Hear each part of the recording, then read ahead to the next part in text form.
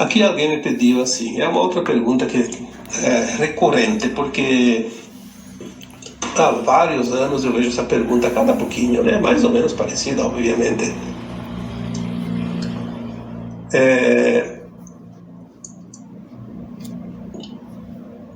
Entendo que podemos viver em várias dimensões, dependendo da nossa frequência, certo? Mas e aqueles que desencarnam? Como fica a frequência deles e em que dimensão estão? Bom, eu repito aqui aquilo que eu já disse muitas vezes.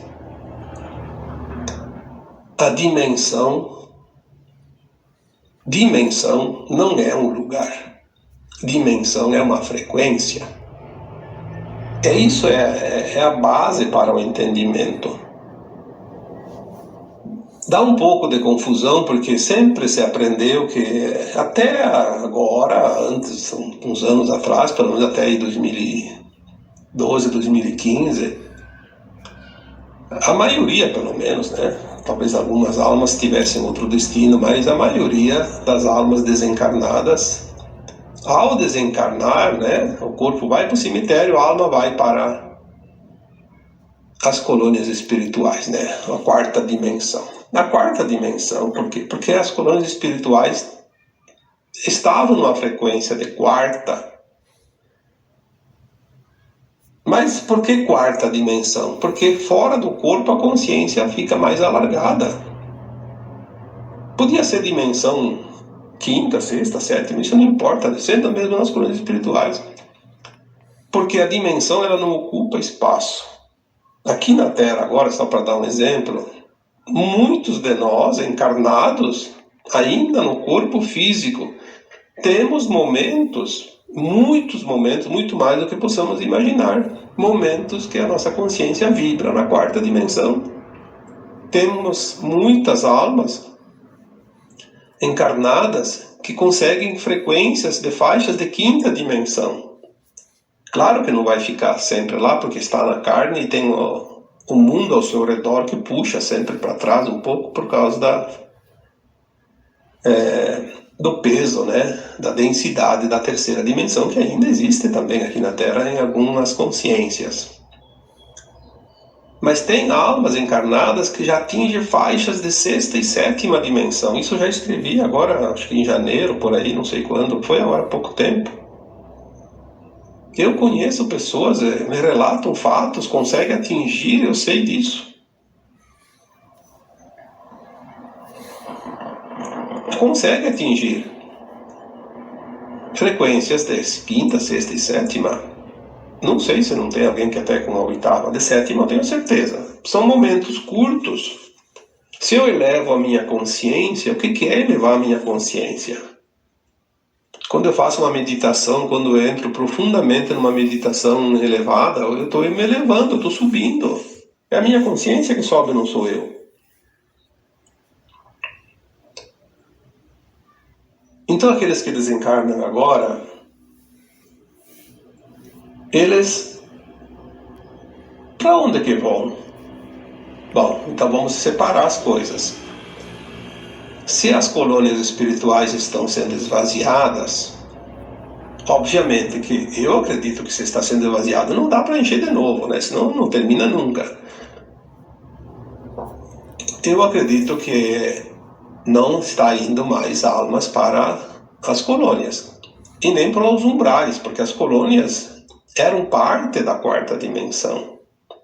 As colônias eram a quarta dimensão mais elevada, ou então os umbrais altos, como eles dizem, porque os umbrais eles são faixas de frequência, umbral baixo, médio e alto. Dentro do baixo, do médio e do alto tem também frequências diferenciadas, porque é tudo, eu sempre digo, compare uma prateleira. Tem a prateleira lá, a primeira embaixo, e tem a última em cima, e tem um monte lá no meio, né? Existem muitos lugares. Quem entende um pouquinho, que conhece um pouco o kardecismo, os mundos, né, além da carne, Aqueles que têm contato com espíritos, que têm um grau de mediunidade, sabem disso, né? Entendem, sabe?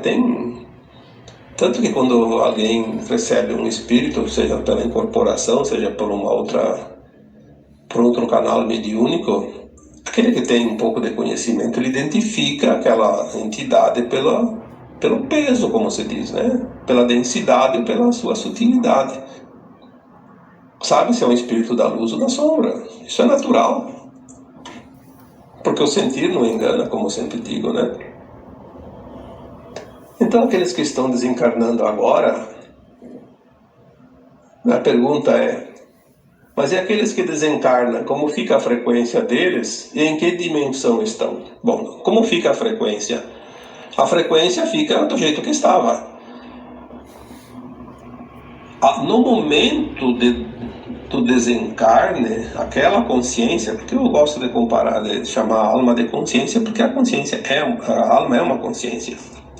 E essa consciência estava presente nesse corpo. As atitudes, os atos, as ações, os pensamentos, as intenções, tudo que essa pessoa, essa alma encarnada, essa pessoa, esse sujeito, esse ser humano, enfim, ele estava numa frequência, como eu estou aqui, como você está ali. Esta frequência é aquela que vai acompanhar no momento do desencarne.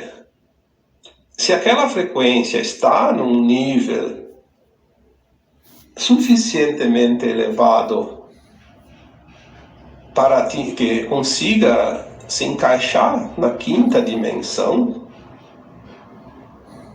ele vai para as naves ajudar na triagem daqueles que estão sendo levados embora, que são aqueles então que desencarnam sem esta consciência nessa frequência de quinta dimensão. Então ali tem dois destinos: aquele que fica ali trabalhando e volta para a Terra depois, como herdeiro da Terra, e aquele que não vai mais voltar para a Terra, porque não tem a frequência da quinta dimensão. Porque muito em breve a Terra vai riscar, apagar, de uma vez por todas, frequência terceira e quarta.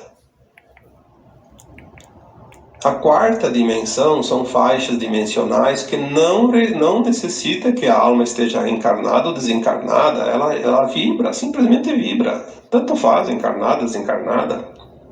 Não é lugar.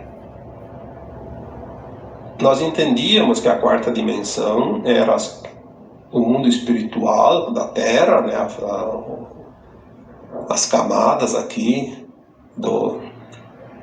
ao redor da Terra, onde os mortos, né, que a gente dizia, iam, né? Mas porque ali na verdade era uma frequência que a alma atingia para poder lembrar do seu passado, fazer uma análise, fazer uma avaliação da sua caminhada e depois um plano reencarnatório, porque ela estava ainda dentro desse período das reencarnações, que também alguém chama de roda de samsara. Encarna, faz uma experiência, vai lá, desencarna, analisa, avalia como é que está, o que acertou, o que errou, daí planeja, conhecendo o futuro, um plano para encaixar, pede um monte de provas e expiações, enfim, o que precisa, e pede um tanto de vida, 50, 100, 80, 30, 20, tem gente lá, almas que pedem até um dia de vida, ou até nascem mortos, né? São projetos de alma. Tudo isso fazia parte. Então, tanto o reencarne, que é outra pergunta que já me fizeram tantas vezes. Mas então foram os escuros que obrigaram a reencarnar. Não. Não, não e não. Antes dos escuros chegarem na Terra, a Terra tinha esse currículo que a alma não tinha como aprender tudo numa encarnação só. Como estava com o véu do esquecimento, ela precisava desencarnar, fazer a avaliação e fazer um novo plano, voltar a aprender mais coisas. E assim sempre foi.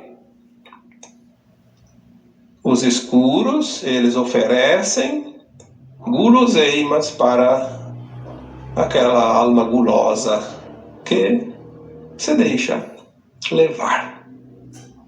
Lembre-se Eu digo uma parábola, porque é uma história, Adão e Eva.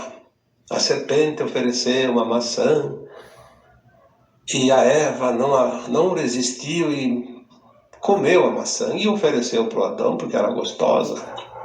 É uma parábola.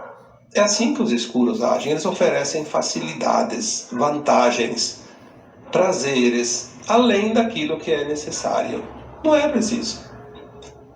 Adão e Eva não precisavam nem comer, pois eles estavam no paraíso, como se diz, né? Então a parábola, entendendo ela um pouco, para que eles iam comer? Aliás, eles estavam avisados que não era para comer determinadas frutas ou coisas, sei lá o quê. É uma forma de explicar. Nós temos a consciência que nós não podemos fazer certas coisas que não são dignas da ética e da moral.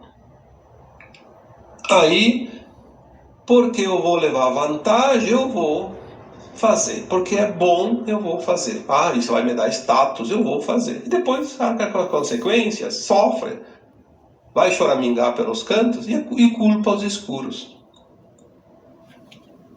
Onde é que estava a tua força de vontade, o teu poder de fazer o teu?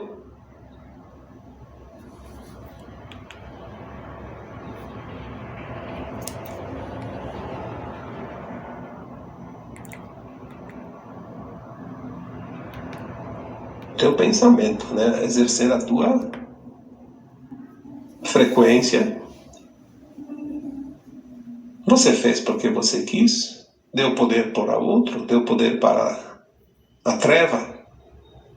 Depois não adianta chorar. Eu já escrevi esses dias, né? Eu fiz um áudio, não lembro mais. Ninguém tem mais poder do que você. Por que alguém tem mais poder que você? Porque você dá o poder do outro. O outro pode até te enforcar em praça pública, mas você só cede o teu poder se você quiser. Porque a tua consciência ninguém pode prender, ninguém pode sequestrar, ninguém pode te obrigar. Você pode se submeter a qualquer coisa, mas a tua consciência é livre sempre. E é ela que sobrevive à morte do corpo, é ela que faz a ascensão, é ela que é realmente você. Não adianta encontrar desculpas, porque desculpas são argumentos dos incompetentes. Isso é uma norma. Vamos ver se temos mais uma outra questão aqui. Parece que tinha mais uma. Vamos ver se eu acho ela, porque achei aqui aquela mais uma. Então, eu acho que sim. Vamos conseguir aqui colocar hoje, então, mais ou menos 3 questionamentos, né? Uma pessoa diz assim: gostaria de tirar uma dúvida. É verdade que só quem está canalizando tirou o véu e está na vibração da 5ª dimensão? Eu diria que isso é uma coisa que não precisaríamos nem perder tempo, né? Porque não é verdade isso. Por que só quem está canalizando estaria sem o véu e estaria na 5ª dimensão? Então teria pouca gente. Até porque tem muita gente que se diz canalizador e, sinceramente, né, não vamos aqui entrar no mérito da questão. Eu diria, você está canalizando desinformação, porque tem mais desinformação do que informação, isso a gente sabe. A gente sabe que aquela programação, falei isso no sábado passado, né? Aquele programinha chamado implante primário, aquele programinha tá lá, tá ligado. Ninguém desligou, tá funcionando. E ele obedece comandos que foram colocados há muito tempo. Então canalizar ou não canalizar não significa nada. canalizar, eu já fiz um dia um texto ou um áudio dizendo que para canalizar mensagens elevadas é preciso preparar o canal. O canal tem que estar limpo, sem interferências. É como uma emissora de rádio. Você não está bem sintonizada, traz chiado, barulho. Está difícil de escutar a voz daquele locutor que fala naquela emissora, ou escutar aquela música, enfim, que está tocando naquela emissora, porque está mal sintonizado. Não está bem certo na frequência. Canalizar é uma frequência, sim, mas não necessariamente quem canaliza está na quinta dimensão ou então está livre do véu. Eu diria que o véu ainda não foi tirado de ninguém totalmente. Nós estamos retirando camadas, camada após camada. Aquele que se esforça e que busca realmente se libertar disso e faz por merecer, entra em frequências mais elevadas, vai dissolvendo véus, porque os véus não vai vir alguém aqui tirar com a mão. Existem mecanismos. O primeiro é nós mesmos. Expandir a consciência. A consciência se expande, ela rompe os véus. É como rasgar uma cortina que está na janela.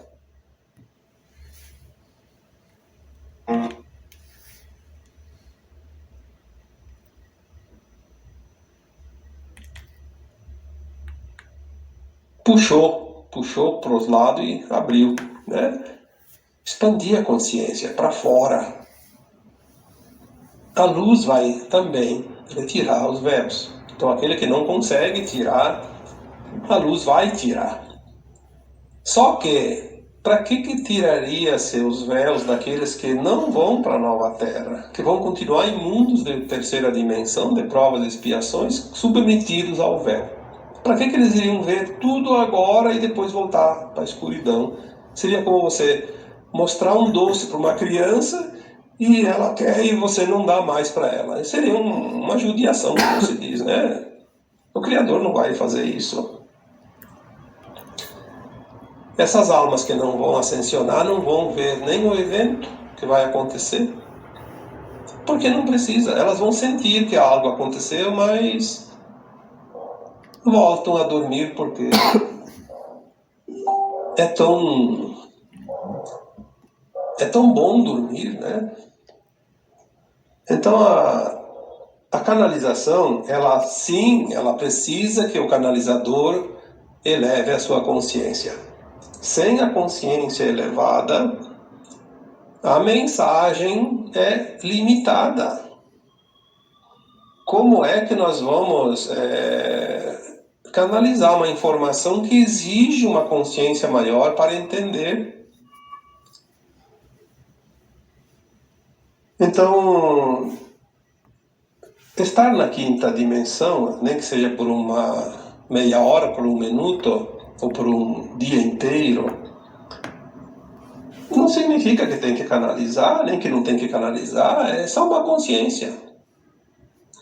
Quando nós nos elevamos, quando é que nós nos elevamos? Quando a gente respira profundamente, quando a gente toma posse de si mesmo, quando você escuta a tua alma, o teu coração, quando você larga a mão de assistir notícias ruins, de escutar papos de coisas, de tragédias, de maledicência, de julgamentos, quando você vê os problemas, mas não se envolve com eles, porque cada um tem a sua lição. Quando você olha e entende, quando você é solidário, quando você é compassivo, quando você entende a dor do outro, mas que a dor do outro é dele, não é tua, e você, se puder ajudar, você ajuda, faz a caridade, mas não adianta tomar dor para você, porque você só vai baixar a tua frequência e não vai resolver a dor do outro, porque tu não tem como tirar dele e passar para você.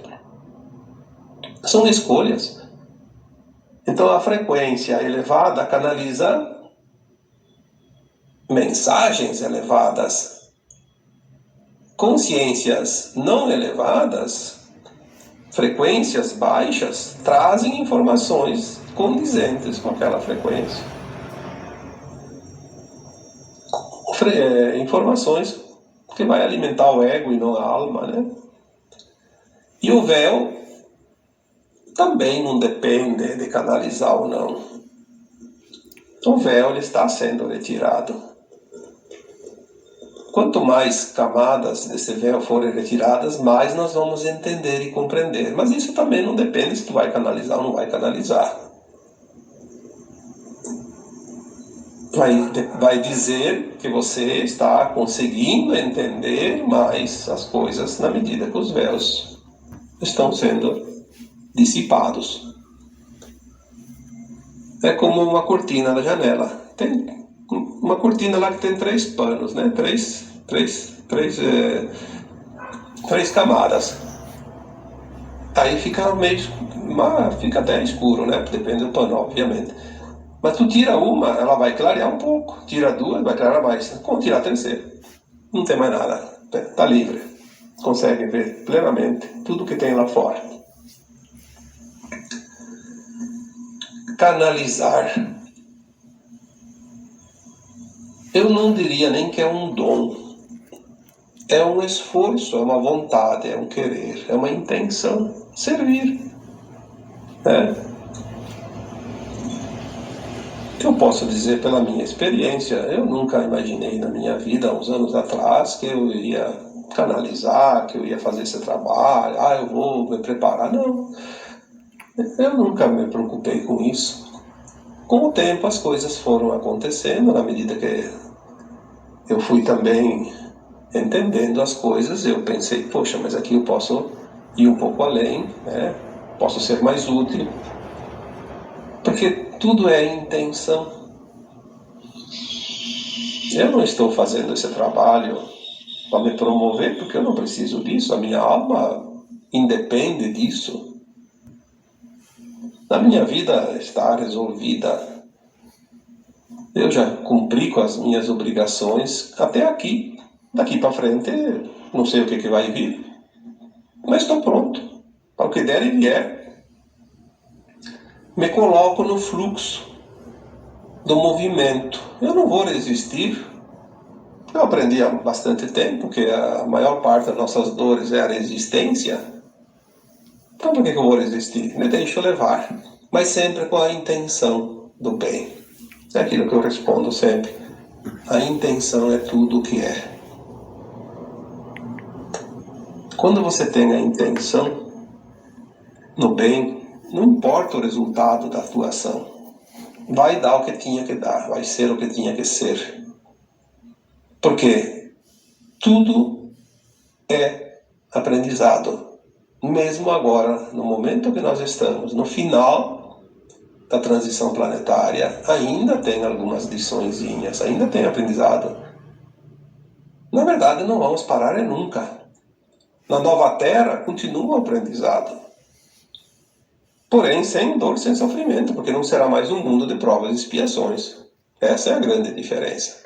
Vai ser um mundo maravilhoso, comparado com o que é agora, o que foi até aqui, é um paraíso. Mas ainda é a próxima etapa depois das provas e expiações. Como eu já disse em outras épocas ali anteriormente, a evolução jamais cessa, a criação jamais cessa, nada cessa, tudo continua, porque tudo é movimento.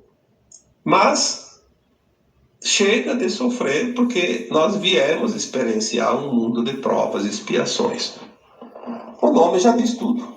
Provas e expiações. Somos submetidos a provas constantemente, são duras provas. E expiações são resgates, pagamento das falhas, aquilo que nós erramos, não por aprender, como eu já disse aqui também. A primeira vez que nós erramos, não houve karma, era aprendizado. Mas quando a gente já aprendeu e daí é levado pela vontade, pelo desejo, pelo ego, porque vai trazer certos dividendos, a tal ação, mesmo que seja ilícita, e a gente faz, aí cria a expiação, que é o pagamento, o resgate. A conta que foi feito, né? Tem que resgatar. A lei divina é justa. Ela diz, você fez a conta, vai lá, acerta, quando você quiser. Ninguém te obriga a nada.